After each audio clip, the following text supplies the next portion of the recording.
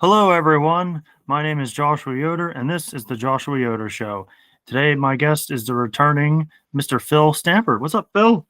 Hey, I'm doing well. How are you? Ah, better. And once we get rid of all this snow that's happening around us right now, huh? That's very true. Yeah. Yeah, didn't you say you had a call to delay at your school that you work at? Yeah. So I work for a university. Not going to say which one.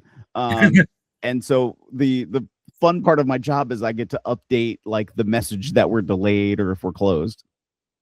Oh boy, how many hour delay do you have to give them? So it's set for a time because the school, since the hours are so varied at a university. So we're opening right now at 10:30 in the morning.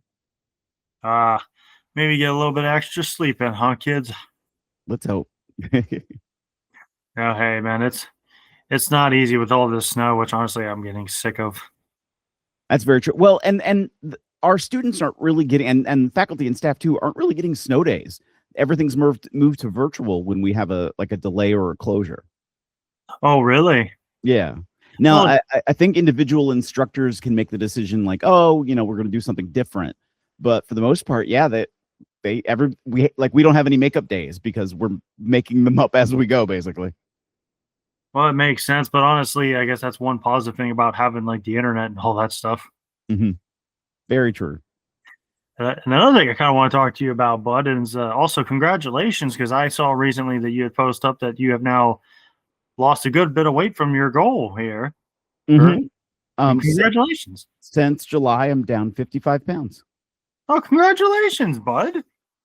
So I'm trying. It was a goal that I needed to set for myself. Like I felt, okay, I'm not physically where I want to be. Um, I'm a little worried about my health. Like, okay, we need to change direction here. No, that's fair enough. That's fair enough. Well, like, what is your target goal, Bud? So it's weird because I started this going like I wanted to get down to 189, and then I'm working with a coach, and he's like, "Well, hey, that's a lot. Why don't we aim just a little higher? Let's aim at like 205." And as we were going, he's like, "Don't be surprised. Like you might get to a point where your weight's going to sort of stabilize, but you're still going to lose size. And so don't focus so much on the hey, you have to be a certain number.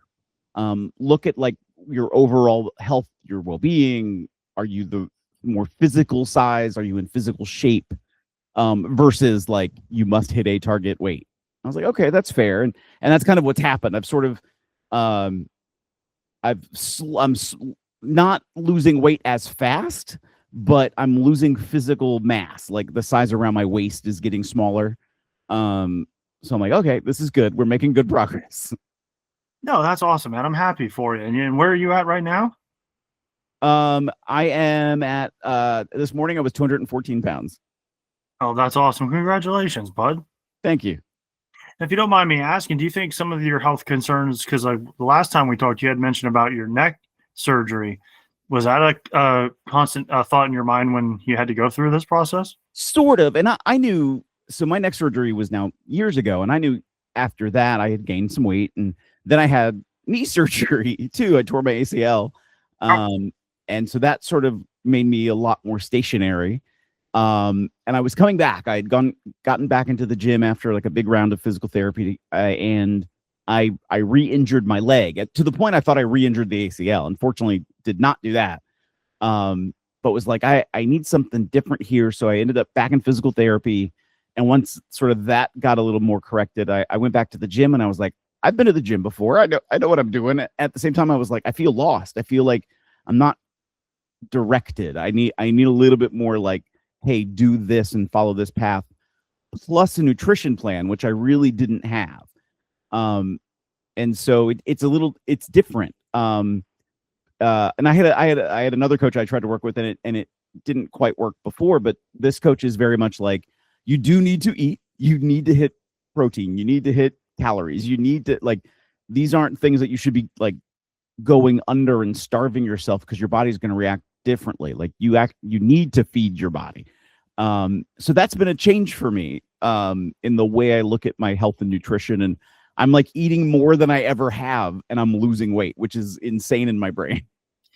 Well, there's always been like that good and bad thing. Like I think that's also a misconception when it comes to like trying to, get in shape and all that stuff. People are like, well, you can't eat this stuff. Like, what can I eat? Well, you got to get protein somewhere, and there's multiple ways you can get it, and that's a lot Yeah. healthier too. Because it's almost like you.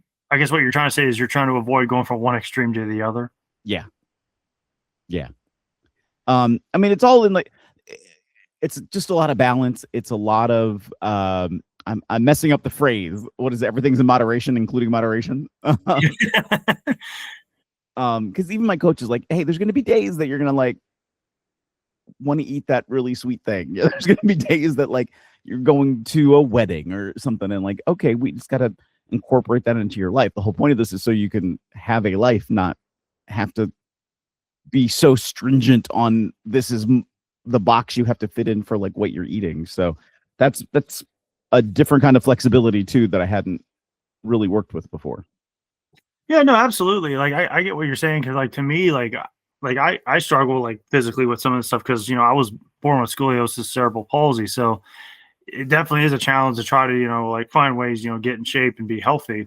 Mm-hmm. One of the things that I try to do is like if I had like something, okay, I'm grabbing something from Sheets, I'll be like, well, if I'm eating this food, I guess I'll try to get like vitamin water or something healthy to drink with it, or do something then later like counterbalance it. Yeah. Is that like some of the things you try to do, bud? Um, I mean, so I've upped my water intake a lot. um, I'm not a big fan of diet sodas. And so it was sort of like, okay, I really got to cut out sodas a lot. The no calorie, no sugar energy drinks. I will. That's sort of like my indulgence. Because just because of the way it works with your body and your blood sugar and all that stuff. And like I said before, like there's a big uptake to my protein. I was, and even my previous coach and I had talked to a doctor about it one time before. I was like seriously protein deficient in my diet. Like for just regular everyday living, I was really deficient. And so it's like, okay, I got to make a change here. Did they give you any kind of suggestions for that? Just to well, in like this case with this coach, because my previous coach was just sort of like eat more protein, and I'm like, I know what protein is, but that's a lot of food, and so I was having that hard time of like, how do I eat all this stuff and make it balance out? Because the previous time I just kept gaining more and more weight. This time it's like it has to be part of a balanced plan, and you have to include veggies and like there's ways to make this work. So I mean, yeah, it was just sort of finding out that balance. So a lot more natural foods or like cooking for yourself foods, a lot less going out. I mean, I was the king of like, oh, I'm on my way, my 2-hour ride between my office and home. Let me pull over and grab something to eat from someplace. And it's like, no, you can't keep doing that. Like you actually have to have like not processed food. Yeah, and you got to plan ahead, I guess, too, right? Yeah. So like I'll sometimes I'll make food and take it with me like to work or have like on road trips, like when I go to wrestling events. Other times it's like, okay, I'm out of time, but I know if I go to the grocery store, I can buy, here's some of the things I can buy when I'm there. Well, have you ever tried like these health shakes? Yeah, I don't do like full meal replacement shakes, but I do take some of the protein shakes. I love the ones that are made by a company called Shamrock. I think they taste really good. And it's funny because right when I first found them, they had just changed their formula because they had kept in a lot of sugar, and that was one of the things that is a little bit deceptive in looking out for your health and well-being and what you're eating is here's this protein bar, but it has a boatload of sugar with it. I'm like, well, the whole point is to knock out some of the bad stuff in your diet, which includes some of the sugars. There's like my meal plan is sort of like as a byproduct, my sugar intake is really reduced, but it's not supposed to be like fully removal. But some of these protein bars might as well be Snickers. Like they're really high sugar, some of them. And so it's like you have to just find where the balance is. And so I lucked out with the protein drink, but that's also because they talked about it on like even on their bottle, and I was like, all right. And so it made me look and pay better attention to like the ones I find. So I love the Barbell's protein bar. And it just so happened actually at a wrestling event, actually right before I started the diet, I was at an event. We'd been setting up all day. I was just getting kind of irritable and frustrated, and I hadn't eaten. And somebody's like, "Hey, I'm going to go to the store. Do you want anything?" I was like, just if you can, just get me a protein bar." And he came back with one of those. I'm like, "This is actually really good." And I looked at the label. I'm like, "Oh my gosh, it's lower sugar. It's lower all the bad stuff." And I was like, "Okay, this is nice." Dude, that's awesome. And now you said your target weight is 205. Was that where you were before you had your neck surgery? I was before my neck surgery. I was probably actually about the weight I am right now. I was about like 214, 216 before my neck surgery, but I was in much better physical shape, like better muscle mass. Like even now, like even though I've lost a lot of weight, I still feel heavy. And even though like I've been floating within about 5 pounds of where I'm at for a little over a month, but I've lost just in that time. You don't think like, oh, 5 pounds is going to be a lot, but because it's so much transition to muscle mass, that I've lost another like 3 inches off my waist in maybe not just in the last month, maybe more 2.5 in the last month. So in total, I've also lost like 9 inches from my waist. Oh, dude, that's awesome. Congrats on that. And I guess my last, health question for you is, what is your usual go-to move to exercise? So I have a gym routine that my coach has given me. So it's often on days of different body parts. It's sort of a generalized arms and legs day, and then a torso day, twice a week. So I go to the gym 4 days a week to do weight training, and then the other days when I'm not doing the weight training, I'm doing something cardio. So like I'll be riding the bike, or there's like a recumbent stepper. I like that one the best because it's low impact to my knees. And every day, even when I do weight training, I'm also doing something cardio related, because I still have an office job. So I'm a little bit sedentary when I'm at work, and especially this time of year when it's freezing outside. And so I'm not a big fan of like, let me go walk around through 8 inches of snow in the cold and get steps in. So I working cardio during the gym time too. No, that's pretty good, man. And once again, I hope and pray everything continues to get better for you, bud. I appreciate that. Thank you. Then the next thing I kind of wanted to get your opinion on too is obviously you are a actor, if you will, a master of the arts, if you will. And I was wondering, like how's been the search for movie roles been going for you? So it's definitely ongoing right now. How do I word this? So during the pandemic, a lot of the acting opportunities that were in like the DC area didn't completely dry out. DC is still a prominent market, but it was like less and less coming to this area. And so that's been a little frustrating that even just the opportunity to audition for something was lowered, which means I have to go out a little bit further. And I've sent out some things to like, for example, to be an extra for the new Nashville 911 show. And it was like, well, we're really looking for people just out of Nashville. And I'm like, I literally am heading that way on this date. Would love to be a part, and never heard back from them again. So it's like, all right. I've talked to a friend of mine who is actually a filmmaker up in Pennsylvania, and we've talked a lot about working on a couple projects together. So trying to put something together too at the same time. I'm not saying it's like full guns a-blazing and I'm ready to film anything or do anything like that, because I'm new to that aspect of filmmaking, like making a film.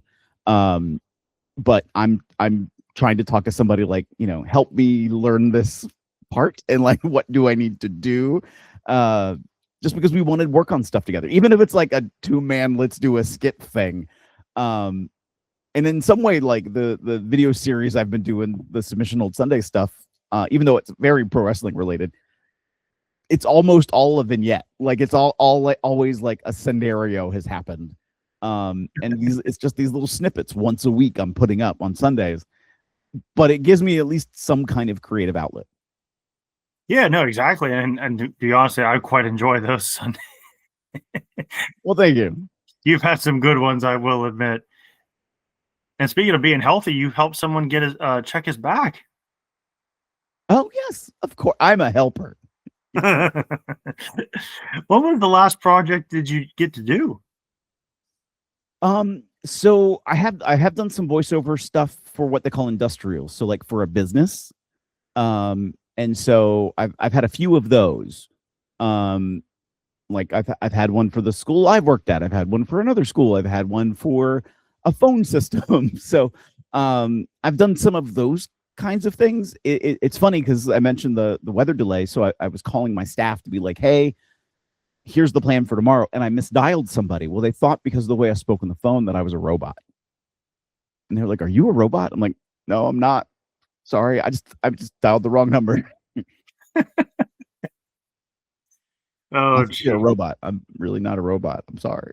Hey, you could do a sci-fi movie if they think you're a robot. That'd be fun. Like there are some things like I want to do. A sci-fi movie is one of them. I want to do another horror movie just because they can sometimes be really fun to do. They can also be really bad, but they can also be really fun. I want to do a Christmas movie. And yes, on my weird bucket list of acting items, I really want to do a Hallmark movie, like a Hallmark Christmas movie. Hey, nothing wrong with that. Those can be popular. I mean, it's definitely a particular genre, and I'm like, you know what, I'm here for it. Hey, no, man, I would love to be able to help write movies and all that stuff. I think that'd be cool. Or like do something with like television, kind of like you were saying. And it kind of goes in back to like what you had mentioned earlier. You said about like being in talks with a buddy of yours in Pennsylvania. I'll be like, wouldn't it be kind of cool to help create your own kind of little studio and help promote and create things? Mm-hmm.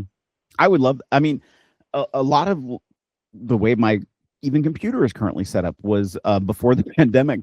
I really had this idea to do a particular style of podcast, and then pandemic happened, and it was like, well, I wanted to do it live. Like I didn't want to do the Zoom interview. I didn't want to do a side by side split screen. I wanted to do I'm going to meet in person with the person, do like an edited together video of us doing an interview in person and then launch it live. And I was like, well, I want a strong enough computer that I can do the live feeds.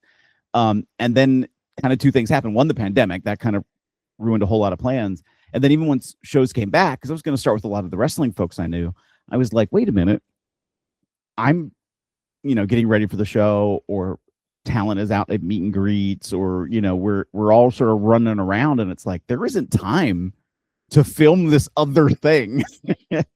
And do it in person. And where I physically live, I'm not near anybody, so it's like I there's nobody who could like quickly travel to me to film together. So it was like, this isn't quite what I was imagining to do. So I now have to sort of switch gears. The Submission Old Sunday stuff, I've been able to, I can pre-film that on another day and share it on a Sunday. I can do these little vignettes or skits of other things and put them out too. But it's like, I want to do a larger project. During the pandemic, I filmed something with a wrestler named Tim Donst, who's out of Lancaster, Pennsylvania, and a couple other wrestlers, and did got an agreement from Kaiju Big Battel to use one of their characters. And it was a very wrestling related film. But it's like a 15-minute film that we put together. And it was just fun. It's just something different. Dude, that's awesome too. And the reason why I bring this up is I actually just recently watched I don't know if you ever heard of Nickelodeon. Like the kids TV show? Yeah. Or I mean, not TV show, TV network. Yeah. Yeah. Well, I watched on a streaming service called Tubi, and they had this thing called The Orange Years. And me and my twin, we rewatched the documentary, and it was basically talking about how they created Nickelodeon from a small time studio to like where it is now. Okay. And I was like, man, that'd be kind of cool to like somehow be able to pull that off and like do stuff like that and create something, something that like brings creativity. Cause I feel like there's like a lack of I don't want to say original, I guess in a way originality, but also just like different kind of like vibe and like content that could be provided for people. Yeah. Uh, I mean, like my friend in Pennsylvania, he actually opened up a studio. And then he realized like the cost because he was like never in it. He's always out doing a shoot. So he's like, I didn't need a studio to do some of the work he was doing. So he's like pivoted on what he's doing. And he gets the cinematic, like the filming piece of it, which I like. I have the rough understanding. I do not have the technical expertise. So like white balancing and lighting and other than very basic stuff, like he has it, like he knows it, he can see the images better. And it's like, okay, so I think everybody who's creative is creative in a particular way. You don't have to have the whole picture of everything in front of you, because either you learn as part of the process or you partner with people who are better than what you're doing. Yeah, exactly. And I just think it'd be cool because like I think, I don't know, especially nowadays more than ever, like I think it'd be really cool to like create something which I feel like there's ways like we can like, I don't want to say do things cheaply, but like be able to like have everyone be creative and like make money off of it. And I think it'd be important to like show people like, hey, it can be done. It doesn't have to be like these ridiculous like $200 million budgets that Right. you see some of these movies. I'm like how do you like? No wonder you guys are losing money. Yeah. It's insane to see the amount of money that goes. I don't there I'm trying to think of the right term, because I feel like just calling him a gamer is demeaning what he does. But there is, if you know this guy named Markiplier on YouTube. Yes. Are you talking about the Iron Lung movie? Yes. He did get some funding to get, he used a couple $1 million to make a movie, and has made like a boatload of cash, like because he got his fan base involved, and they kind of rallied behind and recruited theaters to get his movie in. And so he has made something like 17 times the value of the budget he had back. Wow. Which is insane. Because movies don't do, and so like Come Here, which is basically, it's not a direct Disney movie, it's one of the subsidies that Disney owns. In their first weekend, they did beat Iron Lung, but they didn't double their budget that weekend. And it was like, here's Iron Lung, this indie film that almost beat a Disney produced movie, and on a budget of like two million. I don't even think it was 2 million. So it's just like, if you get that creativity and you get that buzz and you get that, running attempt and be like, hey, everybody, look at this thing and get excited about it. Like, look what could happen.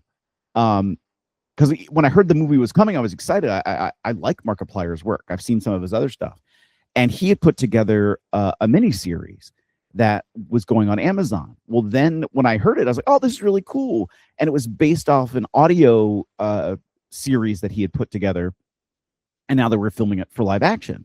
Well, Amazon released it like kind of in secret, and then like 2 months later they dumped it off Amazon Prime, and I'm like, why? This was really good. And it's like, because he was quote unquote a gamer, I think they kind of dismissed that he would have this following of people behind him. And so the show didn't do well, but the movie did gangbusters. Yeah, and to be honest with you, I, being a video gamer myself, I kind of take offense to people saying that, because it's like, well, the results speak for themselves. And Yeah. Going back to the Iron Lung thing, I didn't get a chance to see the movie, but from what I understand, that people that played the game, they actually played the game, and they're like, wow, he was actually really within the source material. And that's another thing too, that like, I don't understand why it's so hard for people to do, but like, well, here's the source material, just follow that to the best of your ability. Even if you want to create, which, and again, nothing wrong with that, but if you want to make an original story, that's fine. But here's the source that you could go by to make it believable. Yeah. And to be honest with you, I hope that inspires more and more people to get a chance to do that. Cause I think that was, because when I heard that, I was like, wait, he made something good. And it's like, shows like us people trying to, come up from nothing and turn into something. I mean, I think that'd be amazing. In one way, like, I really hope it'll be a good thing for like Markiplier. I think now there'll be some other film studios like, wait a minute, you did what with what budget? Do you want to do something with us? So I'm like hopeful for him. and I think that also speaks to the success of independent filmmaking. Now, it's not going to be like the next filmmaker who has $2 million is going to turn like 14 times his budget. Like that just doesn't normally happen. Markiplier has an audience. And so like I think of like a BDE, who's also a popular YouTuber. BDE wanted to get, like, he was a fan of wrestling, wanted to get into wrestling, got trained for wrestling, and people dismissed him because they were like, well, he's just the YouTube guy. And it's like, why are you dismissing him? Like, look at the work he's actually put in. Look how good he actually is in the ring. And then he also has a follower base. So it's like he did something with AJ Francis at TNA on his first as an extra, basically, and had 1 million video views. And TNA hadn't had 1 million views on a video in like over a year. And AJ Francis tried to like take credit for it, but it was really BDE. It was his followers. And so it's like there is something for like when you have that base that you've created, but then you expand and you happen to be good at this other piece too. Like it can really work very harmoniously and really help everybody's product. Yeah, and I think that's also, to some degree, I think people also got to realize like you still got to be able to deliver, and also you got to look at it. I also try to look at it from this perspective too. Like it's not always going to work, but that doesn't mean it can't work down the road too. Like sometimes it may still take a little while before it really kicks off. To show to people that hey, you're still trying to be this, serious about it, and to like build up, something special. Yeah. Yeah. No, but I think also too, where I guess what I'm getting at with this is I think if you could just find ways to just get the door open for not only yourself but maybe other people, then it could like say this project may not have been like a super success, but it might have lead into something more for you down the road that could become a major success. And there's a lot of people who speak to that. In wrestling, sometimes wrestling and acting, you have to build something yourself to make it get known, to let it be seen and let you be seen through that process. Yeah, and I also think this is very important too, like not just in pro wrestling, but like a lot of things in general, music and anything creative. It's like we all got to work together. We all can achieve something together, even if we do something separate. Like the Beatles were successful when they separated, but when they were together, it was still amazing. Right. Very agreed. So I definitely think that's really cool. And I think what's also really cool too, and I kind of talked a little bit about it with my buddy Sam and Matt Silks, who you know very well. And I always thought it'd be cool to like make something simple, but then be able to put it in like our home theaters. And I think has that been like a goal for you if you ever thought about doing it? In a way, yes, because so several years ago I was part of like an indie film project. And knew we weren't going to get like a wide release in theaters or anything like that. But locally, we had a couple theaters that did show it. And then he had kind of two pushes at once. He was going to try to sell physical media copies, so like DVD and Blu-ray, but then also wanted to get on a streaming service. And so he made those pushes. So and this was in the day like when even Netflix was newer. So we've been on like they were our ninjas versus movies. So it was like ninjas versus zombies, ninjas versus vampires, and ninjas versus monsters.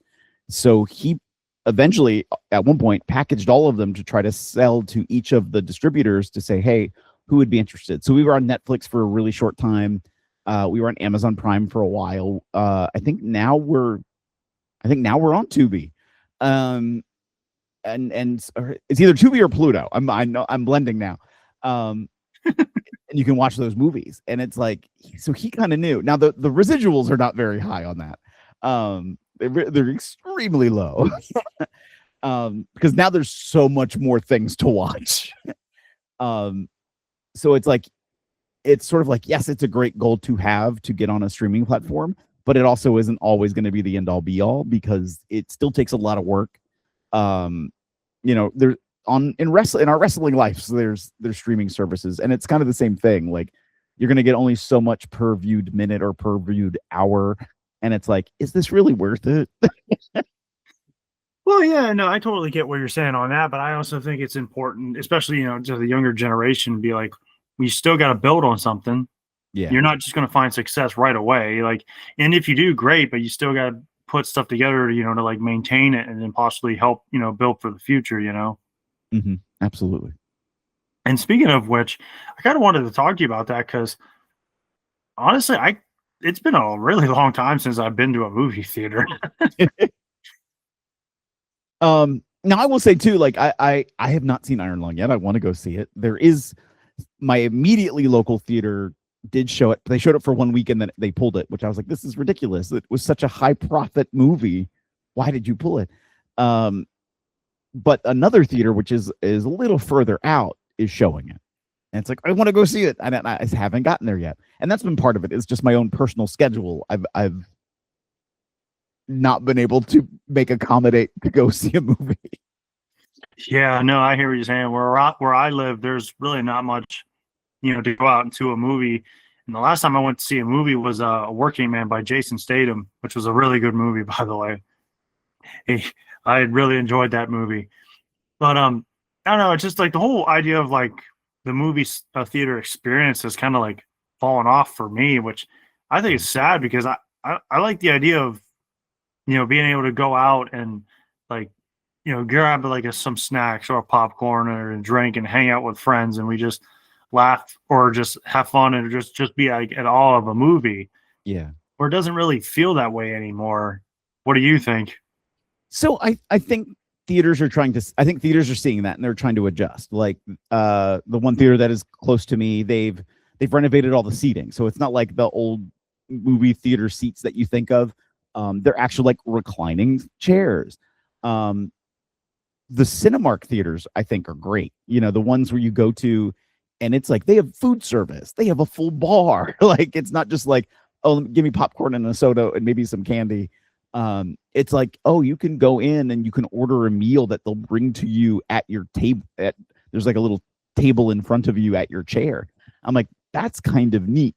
I think that because the streaming options are so there, and this is what kills me when people give feedback like about Marvel. I love the Marvel movies. Like and for me, it's like they're just fun, enjoyment, entertainment. I don't need to dive too critically into what's happening in the MCU, but I follow everything that the MCU does.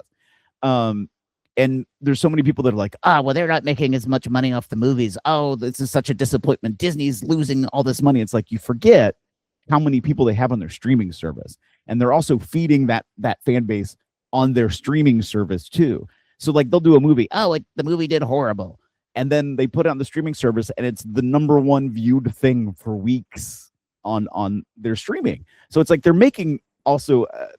They call streaming like passive money, and I don't think it's really passive because they still have to meet the need. But it's a subscription base, so it's constantly renewing itself every single month. So they're getting a source of income there.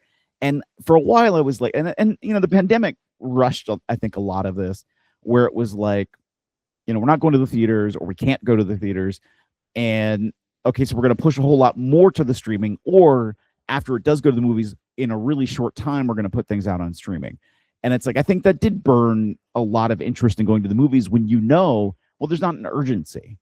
I can wait 2 months, 6 weeks in some cases, and wait for it to be on streaming. Now Disney has sort of like gone, okay, let's push back a little bit. So now it's like 3 or 4 months before like it's their movies are going to streaming. And that is probably the right step. To make people more interested in going to the movies, to make it feel like it's a more destination appointment. There are more movie theaters that are doing things like the one theater that is showing Iron Lung still did a Royal Rumble airing, and I was like, oh, that would have been cool. And I didn't really realize it in time to get down there, or I would have gone. I was like, that would have been different, but to be able to do that in a movie theater, I had never done that before. And so I think they're also looking for how do we get more audience engagement. I think they want that. I don't think anybody's going, we don't want our audience here. They want them to be there, but they want to find a way to make them want to be there. And outside of just good quality entertainment, what makes them interested or excited or feel like they're engaged? And wrestling's having that right now. There's so much wrestling. There's wrestling on television almost 7 days a week. There is streaming services that are carrying wrestling, both mainstream and independent. So it's like, okay, now it's like almost oversaturation, and there's a lot of diversity in the quality of that entertainment. And so it's like, what else can we do? And really where that's left it is that level of fan engagement. How do you get the fans more involved in the product? And I think that's sort of the next step. We're not there yet. Like WWE has experimented with ARG reality for live events. So ARG is alternative reality. So like you're sitting there live in person, but you're putting on 3D goggles, and what's happening in front of you, like when you look at the wrestlers in the ring, a little bio will pop up on the screen, or stats, or like the names of the moves they're doing. It's like something will happen to make it like, oh, I'm here in person, but now like there's something else engaging me. And I don't think it gave quite the engagement, like a back and forth kind of engagement that everyone was really looking for. Plus, it takes a lot of tech talent and money to be able to maintain that, and resources and personnel. So I don't think they're maintaining that anymore. But they're trying different things. Like WWE has done the I'm going to mess up the name, but they were doing in some markets, they had a ringside camera right next to the ring, and they would set up in like these bars, these exclusive view experiences. And so like they would put up these giant LED screens, and so you'd be sitting at the bar, and in front of you is this giant screen that makes it look and feel like you're right next to a wrestling ring. And it was like, oh, that's a different kind of experience. And so I think that's it. I think everyone's trying to figure out like, what's the next thing? Is it a higher def? Is it just what is that next thing to try to suck people in to get more and more interested? Because the time intensiveness doesn't work quite as well. And Disney's trying it. Like when they released the Thunderbolts asterisk, and like, what is this asterisk about? What is going on? And then this is a spoiler for anybody who hasn't seen the Thunderbolts movie, so be warned. Then after a week, when everybody figured out the asterisk was because they were in the plot of the movie, they named them the New Avengers at the very end of the movie. And so then they, a week later, are out there like rebranding the movie as the New Avengers. And it's like, that wasn't quite the time intensiveness, because people didn't know that was going to be the thing. So they weren't going for a thing that was going to be suddenly time locked at a week. And so I think it lost a little bit of what they were trying to do. I do think it made some people go, what's going on? And I do think they watched, but a lot of them waited until it came onto streaming to watch and find out like what was happening. Disney gave so much praise for Agatha All Along when it came out, because they went so super low budget, because they were like, we're shooting the moon here with Marvel projects, and we're not really seeing this great big return. We need to figure something out that's a little smarter. And so they got more creative in what their sets were doing in their story, had great actors doing these scenes, and they made it really easy, and it was really affordable, and they had so much view quality on it because the story was good. It's like, make an engaging, good story, and people will come into it. And there is probably a little bit, and again, I'm talking specifically like MCU, because those were the big budget movies that were there. There was a little burnout of like, there's a little superhero fatigue. And it's like, I get that. And so like, you don't want to see the same way a hero has an origin story, and like, they're down on their luck. This crazy thing happens. They get powers. They learn maybe not to trust themselves or to trust other people. There's this weird little twist, and then they're down and out. Their powers are gone. They've lost their powers. They've lost their willpower, whatever it is. And then now they're going to do the right thing and come back swinging and win at the end. And it's like, well, that's the format of almost every superhero movie. And it's like, people, if they come to expect it, then when they get the same thing, sometimes they're really bored with it, even though they wanted the same thing over and over. And I think one of the things that people forget about, like, for me, MCU is entertainment. I'm there to watch just because I'm a comic book nerd. Like, I'm okay with just going like, oh, look, this is what they're doing with this character. Okay, cool. How is it going to work into the bigger story? I know things with as they were getting ready for their new series of movies kind of blew up in their face. But they went back to the drawing board to go, like, we can't just keep driving this stake in the wall. Like, this is not going to work. We have to figure a different plan. And so now they're rerouting to come up with a new plan. So they brought back the Russo brothers. They're bringing back Robert Downey Jr. They're bringing back an ensembled Avengers movie. And I think that's what they kind of needed to do. But I'm like, will people feel like it's time sensitive enough? Will people want to go see it while it's in the theater? And I think that's the big question mark that I have, and I think a lot of like the film industry has. Well, and to go back a little bit what you said about like the different like theater experiences, I've heard some theaters have added on like a video arcade. And there are like other places like I think you mentioned a bar where people were like, you know what, if there's no movies that we want to see, we can at least still go down there and maybe like just chill and talk with people and, you know, get to know things. But I also think too, what's kind of hurting the movie theater experiences, everything's like maybe a lot more expensive than it really needs to be. Like we said before, some of these budgets, like they showed like the actual budgets. For example, even though this movie made money, the budget was so high. I'm like, holy mackerel! How can anybody make a profit with that? And I'm not going to say the movie, but they showed the budget. It was like 500 million, even though it made $1 billion. I'm like, wow, that's. And in current day Hollywood, that's considered a failure because they want you to make more than double your money back, because they also spend on top of the box office or the budget all this money on advertising. And so they're like, you have to turn a profit, which is over double the amount of the movie or double the amount of the cost of making the movie. And I'm like, that's insane.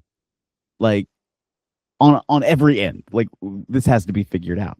At the same time, actors are frustrated because, especially on streaming services, and this is kind of a knock on some of the streaming, they have different conditions for actors who are doing streaming projects that are different than actors doing broadcast projects. So the cost of like what a lead actor is making on a miniseries on Netflix is different than the money a lead actor would make on a miniseries on TV.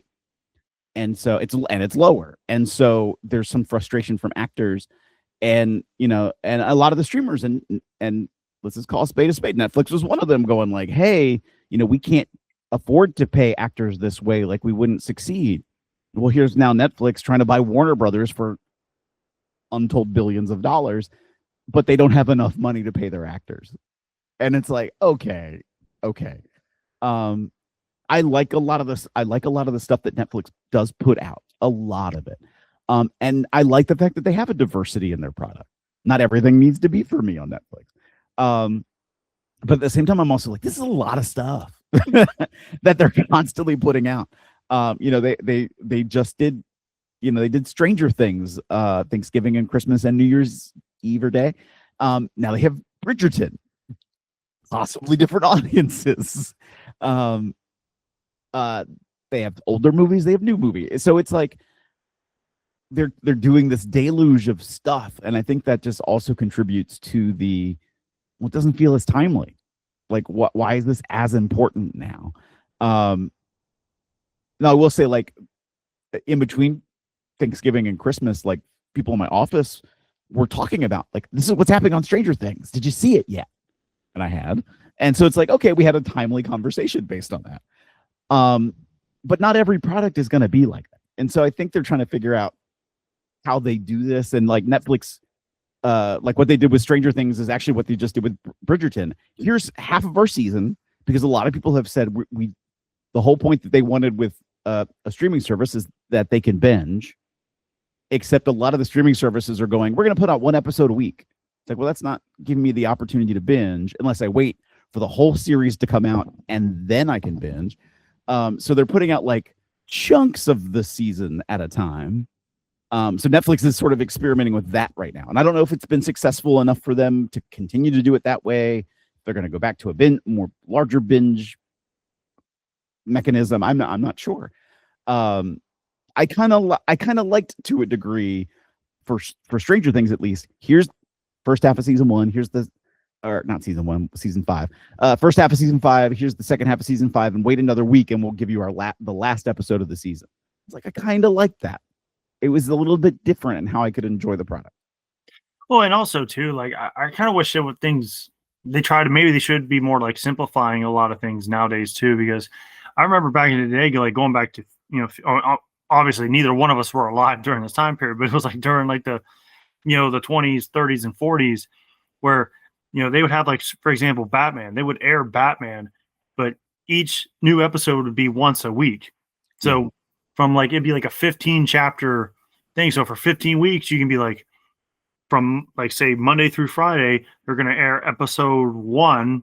So you have all that week to watch it, and then be like, okay, well next week so you got to pick a time to go see season 2. Like they kept it simple where it's like if they know they have you, then you're like, okay, keep it simple. Try not to overcomplicate stuff, and then more and more people would be into it and more coming to see it each week. Yeah. I mean, but in the 20s, 30s, and 40s, not every household had a television. And so that was a little bit different. So the media is changing. It continues to change. And I think it's like, okay, what do you do next out of it? I liked the old, what I call like the old Star Trek model in a way. You're like, here I had a series of television. I had Star Trek: The Next Generation. TNG ends. I don't even think it was a full year later. They have a movie. It's like, oh, okay. And then it leads into a movie product. I'm like, I kind of like that. Now they didn't do it with any of their other Star Trek properties. I'm like, there's a huge IP out there that they're not like really utilizing, I think, the way they could. That's a whole other conversation. But like, I think there's a model for success there if you build an interest around a property. Okay, here's the TV show. And then you're like, okay, here's the bigger project of it. Here, let's do a movie with it. So I don't know, maybe it gives it a sense of there is a bigger thing connected to this product I had a big interest in. If and I'm not saying they're doing this because people would lose their mind because there's already like huge conspiracies around like how Stranger Things ended, since I was talking about them. What if they came out and were like, we have this movie and next summer we're gonna put out the Stranger Things movie? People would lose their minds. Well, it kind of sounds like with like for example anime, like some of the bigger anime ones, like they go for a good while and then they're like, oh, here's this movie, and it's really well done. I think like Fairy Tail did that. Pokemon and Digimon have done it a couple of times, especially since I was a kid. So I definitely think there's a formula that could work, especially if you do it right and stay true to the story as well. Because I think that's another thing too that I kind of worry about with some of the movies when you try to go to theaters and stuff. That are like they kind of flip flop a lot of times. So I was kind of like, okay, why can't we just go here? Can we just stick to this? Yeah. But yeah, no, I mean, I'm hoping theaters come back because I kind of miss the whole, like I said, to like get to meet with people and. Because like it's kind of boring. You're like, who wants to be stuck in their house all day? I guess some people may like it. I don't know, but like, I don't know. I just the idea of like just staying around and do everything, which is ironic considering I'm a writer. I work from home, but it's like it'd be nice to go out every once in a while and be like, oh, let's just try this and have a good time. Forget everything. But well, what a lot of people don't know too is that you can rent a movie theater and even for current run movies. That you can go and say like, hey, my kid's having a birthday party. I'm having a birthday party. I want to rent the theater and we all want to watch X movie. It might only cost you like for a grouping of people, a few $100 versus each one of you going to the movie separately and paying at least $10 in many cases, probably more at some places, than the amount of people who are coming to your party. Where you could have the theater to yourself. You can be as loud as you want. You can make as much noise as you want. I hated, so where I live is in Southern Maryland. I work on the other side of DC. And I would sometimes go to the theater after work, especially like for the MCU movies. Because I was like, I need to see it like the day it comes out. And because it was such a status thing, people were going to the movies and they weren't staying for like the after credits, or they didn't understand what was happening in an after credit. And they would just sit there and like poo-poo face at it. And I'm like, I'm sitting there enjoying my time watching the movie. I'm laughing at the movie, or I'm responding to the movie, and liking what I'm seeing. And people are like almost upset that people are enjoying their time. And I'm like, I don't understand this. Like, I just don't understand this. Yeah, man, I'm hoping that, like maybe someday like movies can come out. Do you think also too, like, do you think now with things, maybe changing a little bit, do you think more and more people will try to go to movies, or maybe giving, more like indie movies a chance, to try to get on, theaters? I hope so. And there are some chains that do really well, like RC Cinemas, AMC do a lot of that stuff. Like they'll have special airings of things. Sometimes they have to have a little bit more notoriety. Like, we talked about Iron Lung, like an Iron Lung, like, oh, it's a Markiplier product. Like, so it won't be like every indie movie, but some. And like I said, how you can rent out theaters like you can rent out theaters for your own indie projects. And so that's kind of cool too. Actually, the when I mentioned the Ninjas versus movies, when we launched, each of the releases was always in a theater when we did them. And the Ninjas versus Monsters, which was the end of their trilogy, they did at this beautiful large AMC theater in Silver Spring, Maryland. I mean, gorgeous theater. And at that particular theater, they do a lot of celebrations around independent filmmaking in the area. I actually ended up back there. I was part of something called the 48-hour film project, where you make an entire movie in 48 hours. Now when I say movie, like they're short film projects, so like they can't go over 8 minutes.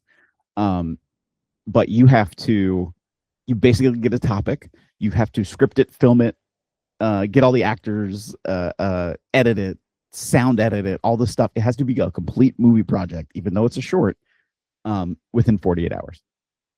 Dude, that's pretty cool. Well, and that's like it's challenging to be creative, which I think it's important to have an imagination, especially nowadays. But Mm-hmm. but yeah, no, honestly, like I said, I'm hoping everything can, go back to how, in a way, I don't want to say completely how it was, but like just the idea of like going to a theater and like be with friends and just, have a good time and watch some stories. But like we said before, I'm hoping more and more like independent stuff could get picked up, because I think it'd be really important, especially nowadays, because maybe it could help inspire people to be like, wow, like, maybe I have a shot. Yeah, because I think a lot of people were scared to try to reach out or maybe do things because they're like, well, maybe I just not good enough, or I don't fit what they are looking for, kind of thing, Yeah. And I've heard more than one actor say, your job as an actor isn't even to act, it's to audition. because once you get the part, you're golden. Like they are, you showed us you could do the job, now do the job. But to get the job, you have to do all these auditions. Oh, I remember back hearing stories from like back in the day where like the auditions were brutal. Like there'll be a lot of people like saying, for example, I'll use you, Phil. They have this guy like, oh, you got to be bald head with a little goatee and glasses. Yeah. And I was like, wow, that looks just like Phil. So I'm like, hey, Phil, why don't you go down there? And all of a sudden you're like, oh, thanks. So you go down to audition and you walk into the room and there's a bunch of people that look very similar to you. Yeah. And they're like, holy crap. They're like all fighting each other, staring each other down. I'm like, geez, I'm really? Like, was it really like that back in the day? And people are like, you'd be surprised. There was, I mean, even now there's a little bit like that. But what almost kills me too is like when you walk in the room and you're like, oh, I'm different than everybody here, which has like a good and bad thing. Like, I'm like, it's gonna be good because I'll be unique and like they'll look at me for me and like what I'm gonna bring, or it's gonna be too different. Like, oh, I was looking for the bald-headed white guy, and I got the 6'3" redhead. Like, and I will say, like, and I think I shared this story with you. Like I had a cast. I had auditioned for a part, didn't get it. They called me like the next day, say, hey, you're not going to get this other part, but we really liked you and want to bring you in for this other audition. I was like, okay, great. They're like, yeah, go ahead and send your stuff in. So I send my stuff in, and I saw the part, and I was in real life 1 year older than what the part was asking for. I'm like, but they contacted me saying they thought I would be good for this part. So I applied for it. And on my resume at that time, I had my birthday. So like it said how old I was. So I wasn't hiding it. And I get a call back and they're like furious with me. Like, why would I have applied for this role? Obviously, I didn't meet the age bracket. And I'm like, but it's acting. And you thought I was that part. And you contacted me. I didn't contact you about it. And I've gone in and to your setup, I've gone into auditions where you wanted a 5'7" bald-headed white guy and you hired a 6'3" redhead. Well, so I don't understand this difference. Which is continued because now like I have taken off my acting information my age. So that's never there anymore. It's like if you're going to judge me for like what I can bring, then judge me for what I can bring. Don't judge me for what you think you can see on the piece of paper other than my experience. Yeah, man. It's and to be honest with you, like hearing some of those like stories from like back in the day and even to like you said today, it's like, why does this everything got to be so like high strung? Like I don't understand. like holy moly, like yeah, you want to find the right part, but it's like, geez, do we have to have like a life or death situation over it? Right. Oh yeah.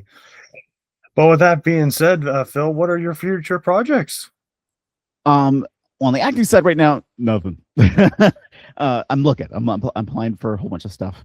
And on the wrestling side, that's the creative side of my life that I have like formally and officially coming up right now. So in the next 30 days, I have 10 MCW pro wrestling events in Maryland, across the state. And like in my brain, I'm like, this is insane. That's a lot of dates for one company. But another way, it'll be really nice because I won't have to be. I'll be only a couple of hours away from home at each one, and a couple of them will be really nearby. So, No, but that's awesome, man. And once again, thank you so much for coming on the show today, Phil. thank you for having me. I appreciate it. Yeah, man, and I hope you and continue success with your exercising and getting in shape, buddy. I'm happy for you to be able to accomplish what your goal is right now, bud. Thank you. I appreciate that. And hopefully we'll get to see you again, see each other again soon. And for all of you watching, I love you all, and God bless. Be safe, everybody.